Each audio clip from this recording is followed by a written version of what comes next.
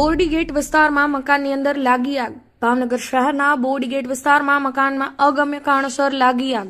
બોરડીગેટ વિસ્તારમાં આવેલી મહાત્મા ગાંધી સોસાયટીમાં રહેણાંકીય મકાનમાં કોઈ કારણોસર લાગી આગ. જ્યારે આગ લાગવાનું કારણ જાણવા મળ્યું નથી. આગ લાગવાના કારણે વોશિંગ મશીન, ફ્રીજ અને ઘરવખરી સળગી જવા પામી હતી. ફાયરને જાણ કરાતા ઘટના સ્થળે પહોંચી પાણીનો છંટકાવ કરી આગ પર કાબુ મેળવ્યો હતો. સદનસીબે મકાનમાં કોઈ હતું નહીં, માટે કોઈ જાનહાનિ સર્જાવા પામી નથી. Zahid Syed, reporter 24 news, Bhavnagar. ગૌરવ જે ગઢવી, સબ ફાયર ઓફિસર, ભાવનગર કોર્પોરેશન.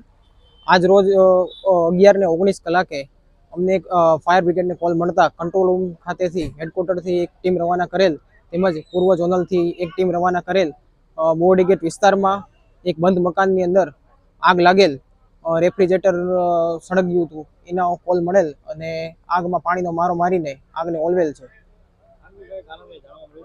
આગમાં પ્રાથમિક કારણ એવું જાણવા મળેલ છે કે શોર્ટ સર્કિટ હોય એવું જાણવા મળેલ છે.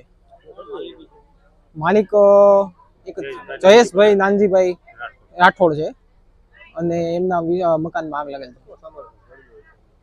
સામાનમાં તો ઘર વખરીનો થોડોક છે અને એક રેફ્રિજરેટર સળગેલ છે અને કબાટ ને એવું. પાણીનો અડધી ગાડી જેવો પાણીનો છંટકાવ કરીને આગને ઓલવેલ છે. ના, કોઈ ઈજા પામનાર નથી. આમ